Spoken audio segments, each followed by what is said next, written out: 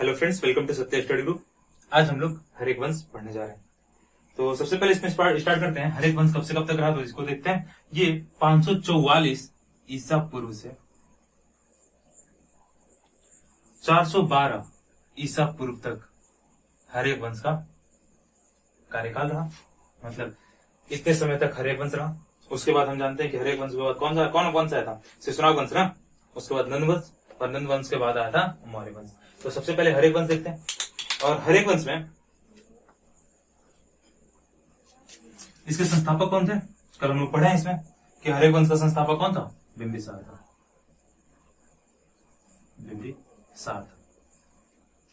तो इसमें पहला पॉइंट देखते हैं। बृहद्रथ वंश के पश्चात मगध में हरेक वंश की स्थापना हुई थी। मैंने सबसे पहले बताया था कि बृहद्रथ वंश था, जो कि बृहद्रथ के द्वारा स्टार्ट किया गया था। और इसके जो अंतिम शासक थे बृहद्रथ वंश का, वो था रिपुंजय। अगर आपने इससे पहले वाला वीडियो नहीं देखा तो जाके इसको देखें, तभी ये वीडियो समझ में आएगा। अगर नहीं देखा तो आई बटन पर क्लिक करें और उस वीडियो को देख सकते हैं आप। बृहद्रथ वंश के पश्चात मगध पर हरेक वंश की स्थापना हुई और इस वंश का संस्थापक कौन था? बिंबिसार था। तो हरेक वंश में सबसे इंपॉर्टेंट पहला जो राजा है वो कौन है? बिंबिसार है।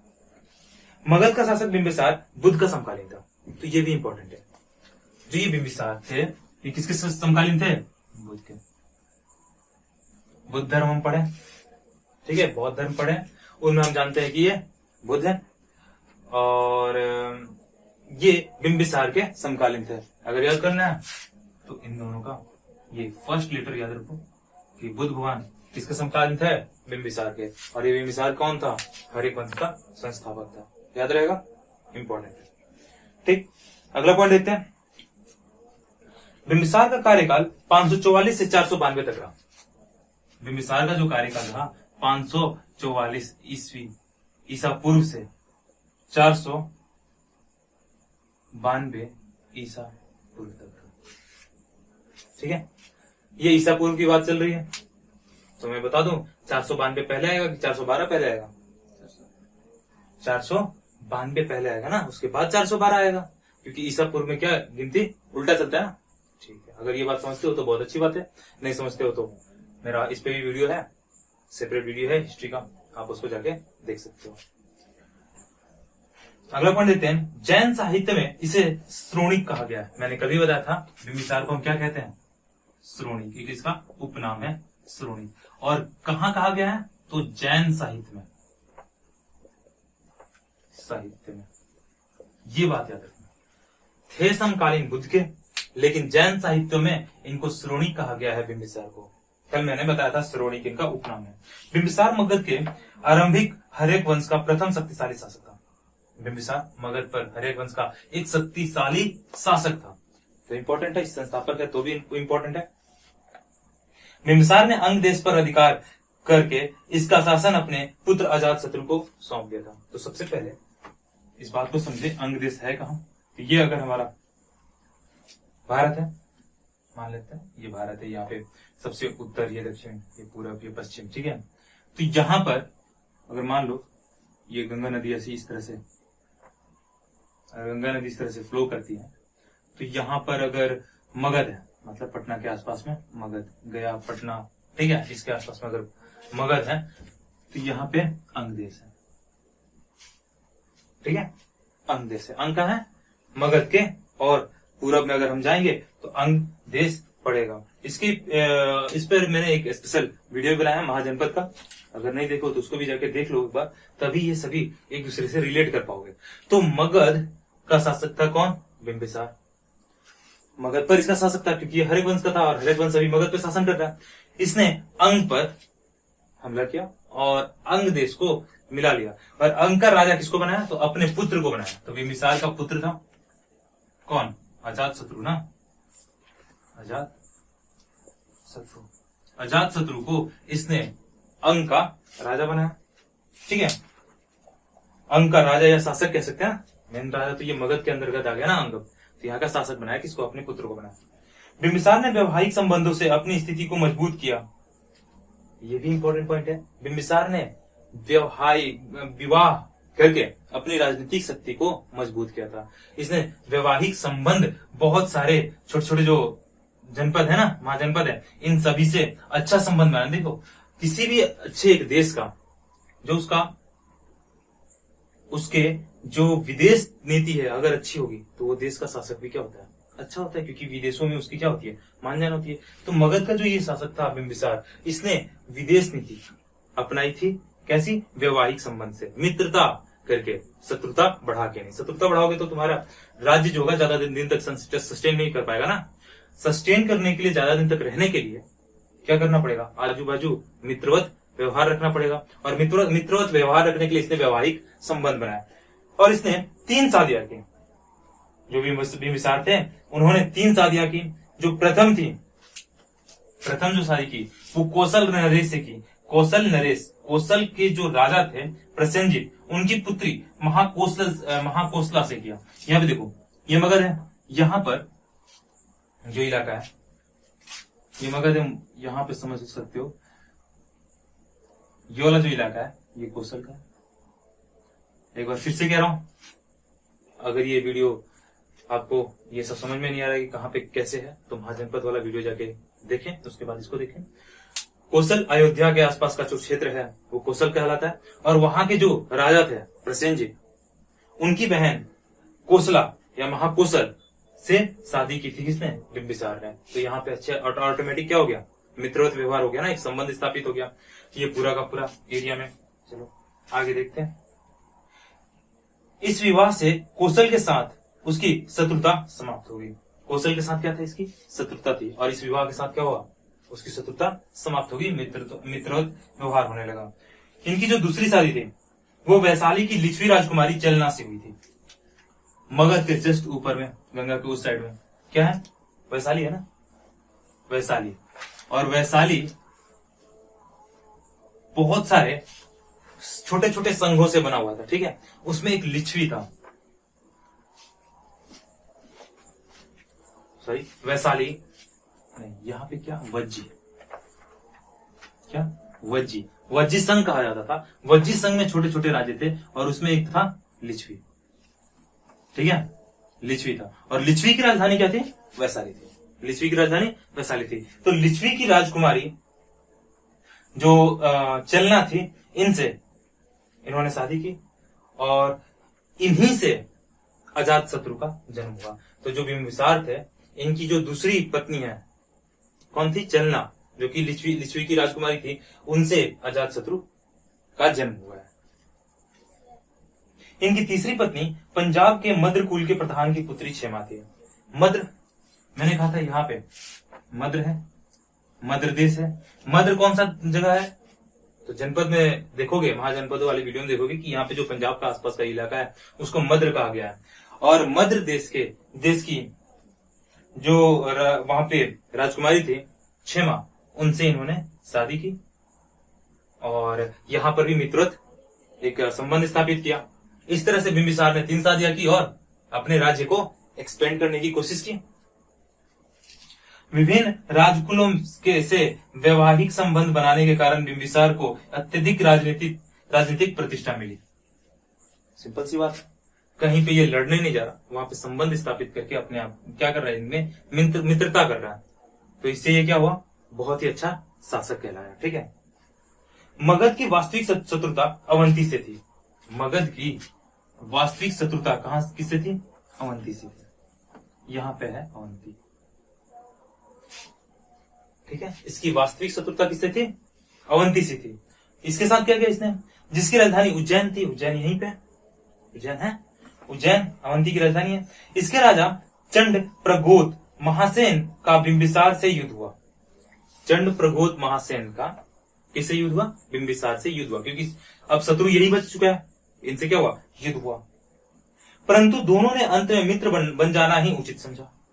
जो सबसे बड़ा शत्रु था ये क्या बन गया, इसका मित्र बन गया। तो अब इसके लिए कोई दिक्कत है क्या, सभी जगह संबंध स्थापित कर लिया। यहाँ पे जो अवंती का जो राजा था चंड प्रगोत, इसने क्या कर लिया, मित्रता स्वीकार कर ली, किसकी, ये बिंबिसार की। यहाँ पे एक पॉइंट नोट करने लायक है कि जब चंड प्रगोत को पीलिया रोग हुआ था तो बिंबिसार ने अवंती के राजा के अनुरोध पर राजवैद्य जीवक को उज्जैन भेजा था। बिंबिसार के राजवैद्य थे कौन? जीवक। राजवैद्य उस समय डॉक्टर हुआ करते थे। वैद्य क्या होते थे? डॉक्टर हुए थे। और एक सरकारी डॉक्टर होगा ना, जिसको राजवैद्य कहेंगे। सरकारी डॉक्टर क्या होते थे? राजवैद्य कहलाते थे। तो अवंती के जो ये चंड प्रगोत थे, इनको जब पीलिया रोग हुआ तो इन्होंने अपने मित्र, तो ये मित्र बन चुका है मगध का राजा बिंबिसार, इससे इन्होंने अनुरोध किया कि अपने यहाँ के जो राजवैद्य हैं भेजें, क्योंकि मुझे ये रोग हुआ है। तो इन्होंने किसको भेजा था? जीवक को भेजा था। याद रखना इस चीज को। बिंबिसार ने अंग देश के शासक ब्रह्मदत्त को पराजित कर उसे अपने राज्य में मिला लिया था। तो यहाँ पे मैंने स्टार्टिंग में ये पॉइंट बताया था कि अंग मगध के कब्जे में हो गया था, और अंग पर शासन किसको शासन करने के लिए भेजा था? अजातशत्रु को ना।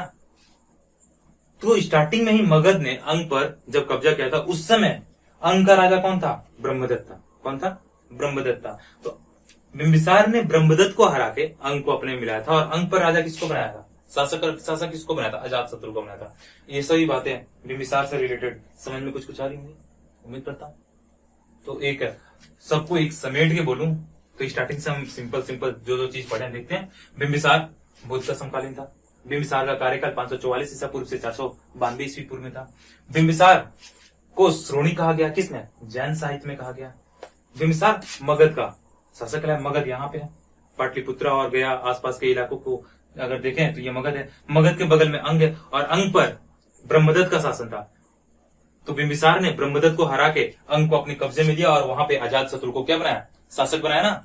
ठीक है। अजातशत्रु कौन है? बिंबिसार का पुत्र है। और ये बिंबिसार वैवाहिक संबंधों के से अपनी राजनीतिक प्रणाली को क्या किया? बल दिया। अपने राजनीतिक जो इसका एरिया था, इसको बढ़ाने में किसका सहाय लिया इसने? युद्ध का नहीं, युद्ध नीति नहीं अपनाया। वैवाहिक संबंध स्थापित करके इसने अपने साम्राज्य को फैलाया। तो मगध के जो शासक थे बिंबिसार, इन्होंने 3 शादियां की। पहली शादी किससे की? कौशल नरेश की पुत्री। कौशल नरेश की पुत्री है ना। कौशल नरेश की बहन महाकौशल से शादी की। कौशल नरेश की बहन कौशल नरेश कौन थे? प्रसेनजित था ना, उनकी बहन महाकौशल से इन्होंने शादी की। तो यहाँ पे अच्छे रिलेशन हो गए। उसके बाद जो ये लिच्छवी है, लिच्छवी की राजकुमारी चलना से शादी की, और इन्हीं से एक पुत्र हुआ। कौन? अजातशत्रु, इन्हीं का पुत्र था। उसके बाद इन्होंने शादी की मद्र देश, मद्र यहाँ पे पंजाब का एरिया, और यहाँ पे इन्होंने शादी की। तो यहाँ पर भी अच्छे रिलेशन हो गए। और इनका एकमात्र शत्रु बचा कौन? अवंती। इसको हरा ही दिया, बाकी सभी जगह अपना क्या कर लिया? वैवाहिक संबंध ही कर लिया। अवंती क्या हुआ? इसका शत्रु था। तो अवंती के जो राजा थे चंड प्रगोत थे ना।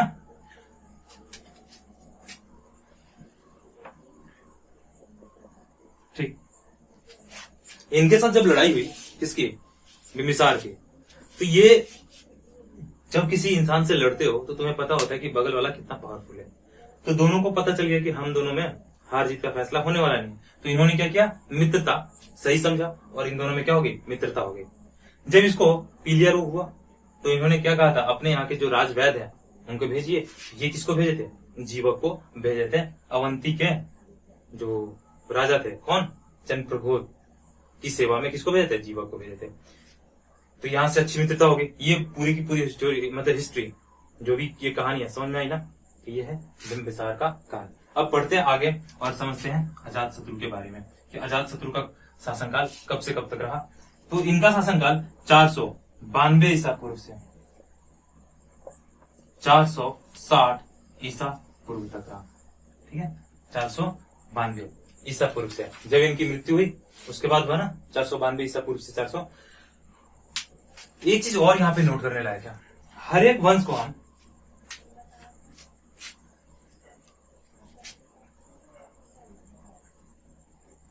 नोट कर लीजिए, पितृहंता वंश भी कहते हैं। हर एक वंश को हम पितृहंता वंश भी कहते हैं।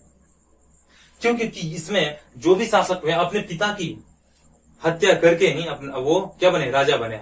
तो हर एक वंश ही पितृहंता वंश कहलाता है। बात समझ में आ रही कुछ? इसको नोट कर ले कहीं पे। पितृहंता वंश किसको कहते हैं? हर एक वंश को कहते हैं। तो जो ये अजातशत्रु है, इसने अपने पिता की हत्या की थी, तो ये पितृहंता बना ना। बिंबिसार क्या हुआ? अजातशत्रु पितृहंता हुआ। अजातशत्रु ने अपने पिता बिंबिसार की हत्या करके सिंहासन पर अधिकार किया, इसलिए इसे पितृहंता भी कहा जाता है। कुछ समझ में आया? इसने अपने पिता की हत्या करके सिंहासन पर बैठा, तो इसलिए इसको क्या कहेंगे? पितृहंता कहेंगे। अगला पॉइंट, वह बौद्ध एवं जैन दोनों मत का पोषक था। उसके शासनकाल में 8वें वर्ष बुद्ध को महापरिनिर्वाण हुआ। बहुत ही इंपॉर्टेंट पॉइंट है। सबसे पहले ये कि ये बुद्ध या बौद्ध धर्म और जैन धर्म दोनों को एक समान रूप से क्या करता था? मानता था या पोषक करता था उनका। और इसके जब ये इसका राज्याभिषेक हुआ 492 में, इसके 8 वर्ष के बाद, इसके 8वें वर्ष में बुद्ध भगवान की मृत्यु हो गई थी। बुद्ध भगवान की मृत्यु हुई थी और उसी को हम क्या कहते हैं? महापरिनिर्वाण कहते हैं ना। बुद्ध भगवान की मृत्यु को ही क्या कहते हैं हम लोग? महापरिनिर्वाण कहते हैं। ये बात भी इंपॉर्टेंट है। अजात शत्रु के शासन के 8वें वर्ष बाद क्या हुआ? बुद्ध भगवान की मृत्यु हो गई थी, जिसे कहते हैं महापरिनिर्वाण कहते हैं। इसने राजगीर में स्तूप का निर्माण करवाया था। तो बौद्ध धर्म में स्तूप बनते हैं ना, तो इसने राजगीर में क्या निर्माण करा था? स्तूप। ठीक है। इसके शासनकाल में राजगीर में सप्तपर्णी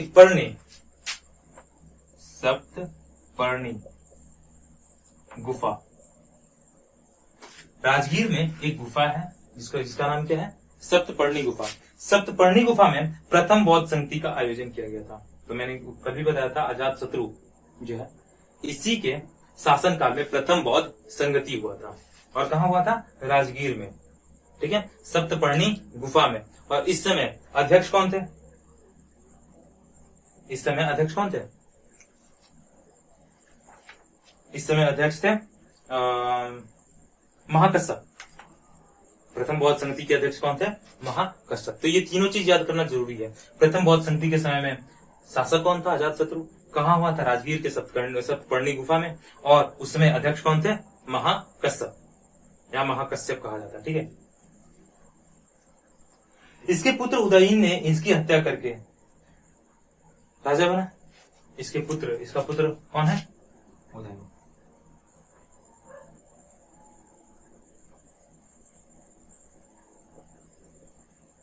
उदयीन ने भी इसकी हत्या की, तो ये भी क्या हुआ? पितृहंता हुआ ना। इसलिए इस पूरे वंश को हम क्या कहते हैं? पितृहंता वंश कहा कहते हैं। ठीक है।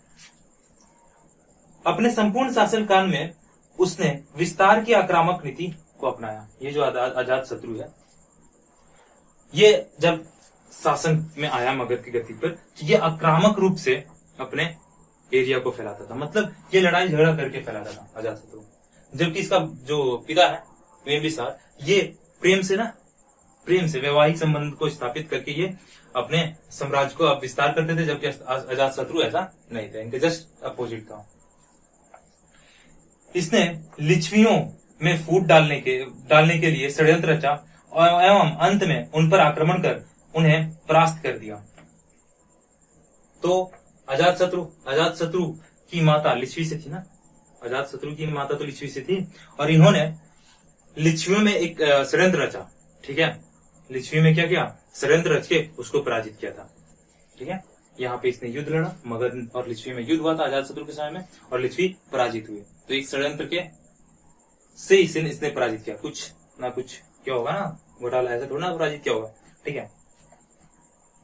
अगला पॉइंट देखते हैं। अजात शत्रु ने राजगीर की किराबंदी की थी। इसने इसके जीवन काल में अवंती को मगध पर आक्रमण करने का अवसर नहीं मिला था। अवंती जब तक बिंबिसार था तब तक इसके मित्रतापूर्ण थे व्यवहार ना। लेकिन जैसे ही बिंबिसार की हत्या अजात शत्रु ने की थी, तो अब ये मित्रतापूर्ण रह पाया क्या? नहीं। तो अवंती कोशिश कर रहा था कि मगध पे हमला करे, कोशिश कर रहा था, लेकिन जब तक अजात शत्रु रहा तब तक ये नहीं कर पाया। किसी कारणवश इसने इस पर हमला नहीं किया। अब आते हैं उदयीन। और उदयीन का शासनकाल कब से कब तक रहता है? 460 से लेके 444 ईसा पूर्व। 460 से 444 ईसा पूर्व तक कौन रहते हैं? उदयीन रहते हैं। अजात शत्रु के बाद उसका पुत्र उदयीन 460 से 444 ईसा पूर्व तक मगध की सिंहासन पर बैठा। उसने पटना में गंगा और सोन नदी के संगम पर एक किला बनवाया। तो ये बहुत ज्यादा इंपॉर्टेंट है कि यहां से पॉइंट उठ जाता है कि अब तक जो राजधानियां थी, कहां थी? राजगीर में थी। अब तक राजधानी कहां थी? राजगीर में थे। लेकिन उदयीन वो पहला व्यक्ति है, उदयीन वो पहला सम्राट है जो राजगीर से राजधानी कहाँ लाता है? पटना। राजगीर से कहाँ लाता है? पटना। और ये पटना का है, तो पटना गंगा और सोन नदी के मुहाने पे है ना। जैसे इधर से गंगा नदी जाती है और यहाँ से जो सोन नदी है इसमें जो मिलती है, तो ये जो कोना बना ये क्या है? पटना है ना, यही पटना है। और राजगीर कहीं इधर होगा, इधर है राजगीर। राजगीर से राजधानी अपनी पटना लाने वाला कौन है शासक? उदयीन है। उदयीन अजातशत्रु का पुत्र। मगध का साम्राज्य अब उत्तर में हिमालय से लेकर दक्षिण में छोटा नागपुर के पहाड़ियों तक फैला हुआ था। मगध का जो साम्राज्य है उत्तर में ये पूरा का पूरा हिमालय से लेके दक्षिण में यहाँ पे छोटा नागपुर का पठार है। ये पूरा का पूरा झारखंड वाला जो इलाका है वो छोटा नागपुर का पठार आता है ना। ये छोटा नागपुर के पठार तक ये पूरा का पूरा किसका शासन हो गया? मगध का शासन हुआ। उदयीन के शासनकाल आते आते इतने तक शासन हो चुका था हर्यक वंश का। ठीक है। उदयीन के बाद उसके 3 पुत्र हैं। कौन कौन से इसके 3 पुत्र हैं? अनिरुद्ध, मुंडक और नागदशक। इसमें से नागदशक इंपॉर्टेंट है। उदयीन के 3 पुत्र थे, उनमें से एक था नागदशक, और नागदशक ही हर्यक वंश का अंतिम शासक हुआ। कल मैंने बताया था, इसको याद कर लेना कि हर्यक वंश का संस्थापक कौन है? बिंबिसार। और अंतिम शासक कौन है? नागदशक। ये दोनों इंपॉर्टेंट होते हैं कुछ कुछ पॉइंट के लिए अपने। ठीक है। नागदशक हर्यक वंश का अंतिम शासक है। ठीक। नागदशक का नाम दर्शक मिलता है पुराणों में। ठीक है। नागदशक का नाम क्या मिलता है? दर्शक। ये इंपॉर्टेंट है, एक चीज याद रखना। इसका उपनाम मिलता है दर्शक। कहाँ? पुराण में। क्योंकि महाभारत और पुराण में जिक्र है ना इनका, मगध साम्राज्य का जिक्र है, तो पुराणों में नागदशक का नाम जो उपनाम मिलता है वो है दर्शक।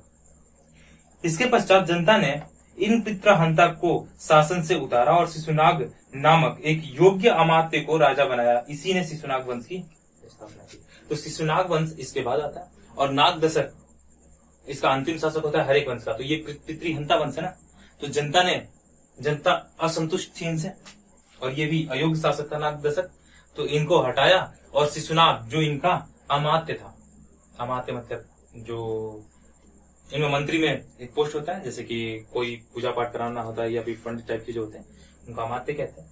और ये शिशुनाग थे, उनको क्या बना दिया? इसका राजा बना दिया। और शिशुनाग जब आया तो शिशुनाग वंश का स्थापना हुआ। तो हर्यक वंश इतना, कल पढ़ते हैं फिर से शिशुनाग वंश।